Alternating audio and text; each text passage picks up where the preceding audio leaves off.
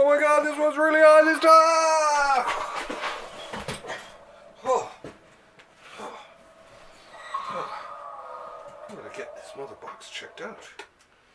I don't know if it's working quite right.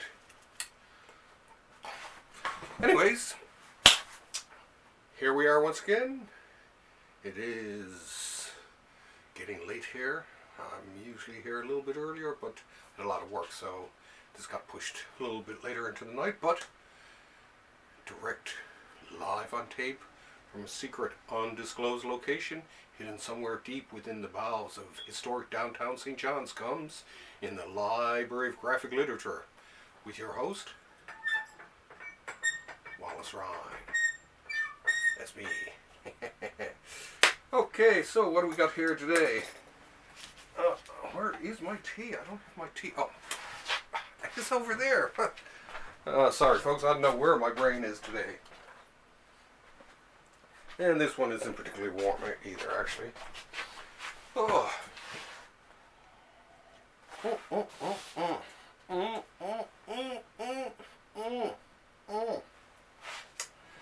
Anyway, not a lot of comics, not a lot of new books this week. So, along with my regular new book, look at some new books, I'm actually going to have a look and share with you some of my all-time favorite books that actually really influenced me as a comic book artist myself. We'll get to that in a second. So we'll have a look first of all at some of the new stuff this week. So let's start out with our good friends at Dark Horse Comics. Come on, Dark Horse, come on. You know you can do it.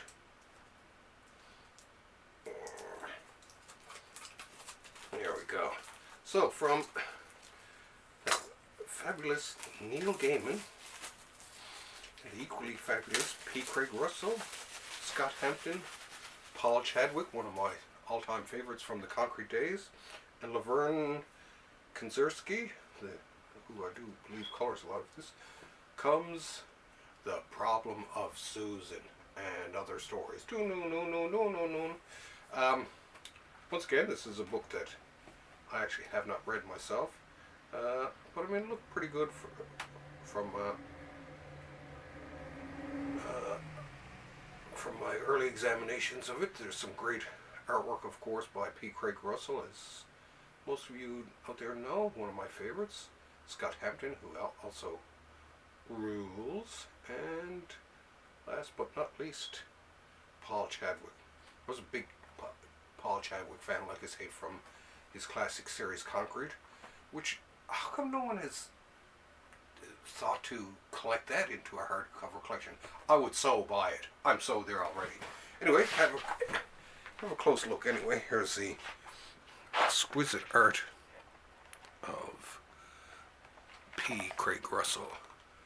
I don't know how many of you people are fans of his, like I am. Absolutely gorgeous artwork. His artwork is unsurpassed. Then here we have Scott Hampton. He has a real nice watercolory look to him, if that's a new word. And then last but not least, here we go, Paul Chadwick. Like I say, if you don't know of Chadwick, see if you can find any copies or old collections of his book Concrete. It's really, really good. Anyway, so this is The Problem of Susan and Other Stories. So this is apparently, as it says, 2 stories and 2 poems, all wondrous and imaginative about the tales we tell and experience. Sort of Narnia-esque. Whew, actually I'm going to take off my scarf here because under all these lights. Now, from Image, we have a rather unusual entry here. I don't know why I bought this one. It sort of looked kind of neat when I first seen it, so I thought, oh, I gotta go for this. This is Mike Norton's Battlepug. Oh, no. So this appears to me to be basically a story about a barbarian and his rather large dog. And as someone once said, large dog that, along with the barbarian, just goes about killing all kinds of animals and stuff like that. So it looks kind of cool, actually. It's I'm looking forward to reading this. I like most people like a good comedy. This has sort of, just looking at it, it has sort of a almost like a goon type of look to it. So, whoop, wait a second. Sort of a very Powell-esque look to it, and of course it's in comic strip format. A lot of arrows there. I like his, he does actually some good animals. I admire someone who can draw good animals, you know. But like I say, this looks like a real treat. I will give it a read. Ooh, look at this. Page folded down. It's one of those, one of those miscut pages we come upon every so often. Oh well. Myself, I'll keep it anyway. Oh, another one. Well, someone at Image fell asleep at the wheel. But yeah, Battlepug looks cool enough. Looks good enough to me. So check it out. Now, let's get down to some of the real goodies here. This is... now this is not a new book, but this is a new book for me. I'd seen people talking about it before, and I'd had some of his work before. This is from Warren Tufts, who is very well known for his what was it? His Ruggles. Oh God, what's the name of it now? Casey Ruggles, I think it was. Let's see here. Warren Tufts. Yeah, Casey Ruggles was what he was best known for. I seen it in another book from Classic Comics Press. This is Lance, by the way. And when I seen, oh geez, another book by Ruggles. Oh, I gotta have a look at this. And so I checked out online and on the Diamond site at our local shop and seen that it was actually still available. So I figured I had to pick it up. Here we go. This has it's sort of a Wild West type of story, but it almost has a look. It has the look almost of almost like Prince Valiant like in a way. This is one of the last great full page adventure comics. Nicely done too, by the way. Good work, Classic Comics Press. Oh, get off me. Get off me. Anyway, have a look here. Tufts was an amazing artist himself, but he got sort of screwed around in the end, and he ended up working for Dell and Gold Key through the years, and so on. Drifted about doing stuff like that, and I think it was either the Ruggles. I think he was going to they were going to do a movie, but I think the syndicate thought it would take away from the comic strip, which is insane when you think about it in today's terms. And so he left, and he created Lance. And this is, of course, a really cool Western. Look, I mean, the artwork in here, some of the weekly strips. I mean, the weekly strips are kind of small, but these color ones are well worth it. I mean, there's not very many people actually talk that much about Tufts these days, I find. He actually died in 1982. He crashed in an airplane of his own design, which is kind of ironic. It's funny, all the cartoons who've died in plane crashes and subway accidents and the like. Oh, look at this. Beautiful. I mean, this guy was, I think he was definitely ahead of his time. Casey Ruggles, I only have one book of that kind of strip, and it's absolutely gorgeously drawn. And this, I gotta say, same with this too, beautifully drawn. So if you ever get a chance, look this up and order it up for yourself. Beautiful, beautiful book. I know I'm going to be reading or pawing through this the weekend anyway. So 2 new ones, a bit of an old one, and now let's get down to some lovely ones here now. Now, like I say, not a lot of new books obviously this week. So I decided, well, I'm going to share some of my valued gems in a lot of ways. But these are comics and books that sort of really molded me as a young artist for some reason or another. I went through, when I realized how little books I had to talk about this week, I sort of went around the room just picking off the shelves different books here and there that, really have made an impact on me. And I've got a nice little stack here to share with you. First of all is this one here, Empire, by Samuel R. Delany and Howard V. Chaykin. Good old Chaykin. Now this book, as you can see, is in terrible condition. It is actually signed by Delany and Chaykin. This is 987 of 1,500. I got this book when I was obviously in my late teens, and I absolutely love this book. Chaykin's use of color, his panel design, everything in this, it just twisted my little teenage brain, and I absolutely loved it for some reason. And it was funny because I actually found this in the basement of my friend Jason Conway, who runs Downtown Comics here in St. John's, Newfoundland, the most easterly comic book store in North America. Really nice guy, great little place.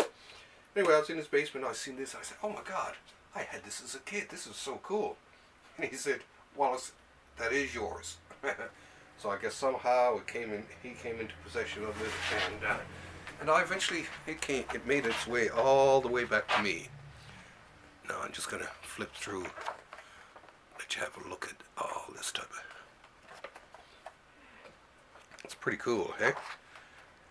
I was a big Chaykin fan at the time, and this book just twisted my comic book DNA into a whole new shape.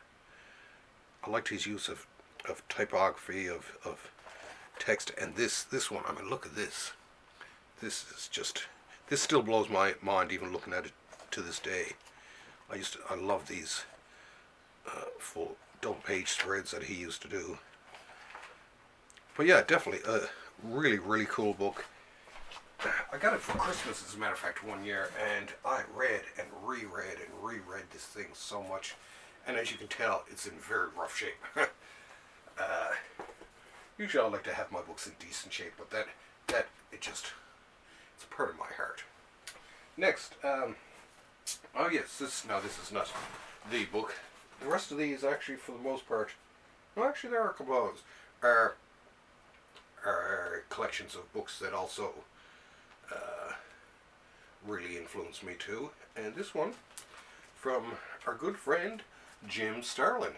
This is Dreadstar. I don't know if any of you have had the pleasure of reading it, but once again, this was one thing when I was growing up. I mean, I bought all the different editions, appearances of this through the years, because it started. Was it the price came first, or anyway? And it was just lovely. There was just something about it.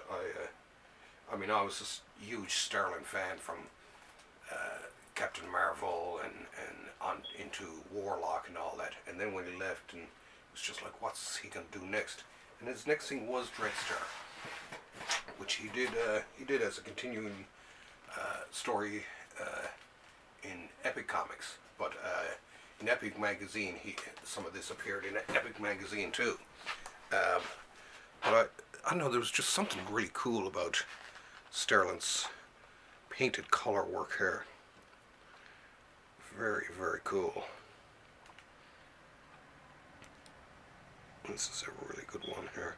Now this one is the price, I do believe, yeah. This one came out, I do believe this one came out from, I think it was Eclipse actually. And this was in black and white originally. And I love that one. It freaked me out. And then back to Dreadstar again, where he comes back to life and meets this wizard guy, and onwards and upwards they go. And from here, I do believe it went into the comic strip, the comic series itself from Epic, which was I love myself. Let's see what else. Ooh, here's another Chaykin one and this was another one. This one I got, I think it was the Heavy Metal. Yeah, I think it was Heavy Metal did this. The Swords of Heaven, the Flowers of Hell. I was a big Michael Moorcock fan as it was, and then when I seen this, it was just like, oh my god, I gotta get this. And this, of course, now I think I probably did show this recently when it came out, but it's worth showing again. See this, those big sort of double page spreads. But this, once again, especially with the Moorcockian twist to, I think Chaykin, I think he worked with Moorcock, and I think most of this is Chaykin. Beautifully, beautifully done. I love the thin panels there. I mean, Chaykin, besides being a master artist, is very much the consummate storyteller. I love that. The ending as the ship comes in for him, and he boards it to head off into the great beyond. I love this sort of the end of it there. There was sort of a very romantic feel to it. I was, like I say, huge Chaykin fan when I was in my late teens. Absolutely loved it.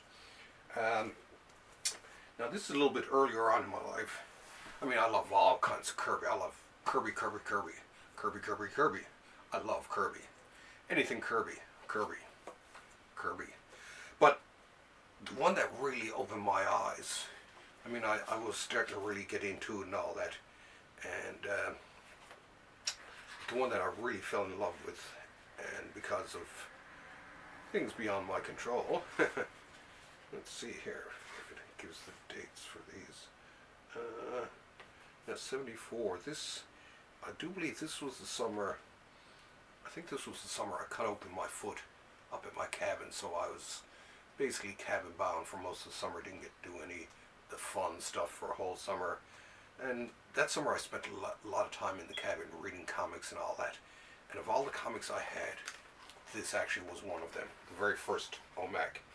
And to me this, I mean, I was used to far out comics and that sort of thing, really getting into them, and I was starting to appreciate Kirby for everything Kirby should be appreciated for. But this one really pushed it over the edge for me. I love this one-man army corps, starting to look into the world that's coming. And then when I opened it and seen this, it was just like, what the heck is going on here? I mean, this is something, it's just so, Kirby was just so wildly imaginative, and this, it just blew my little 13-year-old brain, right? And here he is with all these, basically, artificial people that were being made, and he destroys this complex. I won't tell too much of it, but I always loved this sequence where he starts the destruction, and then as he's leaving, boom, boom, boom, boom, boom. Man, that Kirby, right? But there was something about it. I just loved OMAC. There was just something so otherworldly about him. It had a feeling to me in a way of, it was almost like in Commandy's world, or to me it felt like this was the world that preceded Commandy, and this was what started the great disaster. Now unfortunately Kirby ends it quite subtly. It's one of the quickest, most destructive ends to one of his stories because, well, I guess the plug was pulled on him, so boom, got rid of it. Now, what else here? Oh, this book here. Now, I've shown you my Mobius books all the time and all that, but this is a Mobius book that has a special place in my heart too, once again, like all these books. This one I bought, it was in either 83 and 84, I think 83, at Forbidden Planet in New York City, where I was living at the time. And I was, of course, a big Mobius fan, and I loved the Airtight Garage. I seen this Major Fatale, and I said, oh my God, there's Major Grubert. I mean, and then I opened and I started looking through it, and it was just like, oh my God, this is the Airtight Garage of Jerry Cornelius. But it's in French. Now, of course, I've read the entire thing anyway in English, so when I seen this, I figured I had to have it, because I mean, I had the heavy metal magazines and stuff like that, but this had the entire thing all in one book, so it was just like, oh, I got to get this. So I got it, and I get it, and it's mine. But what I liked about this too is being able to see in the heavy metal in the English version, this is here now, La Garage Hermétique, but it's the Airtight Garage in the English version. And obviously, Mobius had to redraw this page, as he probably did with some things here and there, because he had these very Eisner-esque type of opening pages, stuff like that. But this was a really influential comic for me. I absolutely love this. Let's see there. I mean, I loved Mobius's pen and ink work, especially this page. For some reason, just always blew my mind. I love that page there. So, if any of you have never had the joy of experiencing Mobius, check this out. It's there.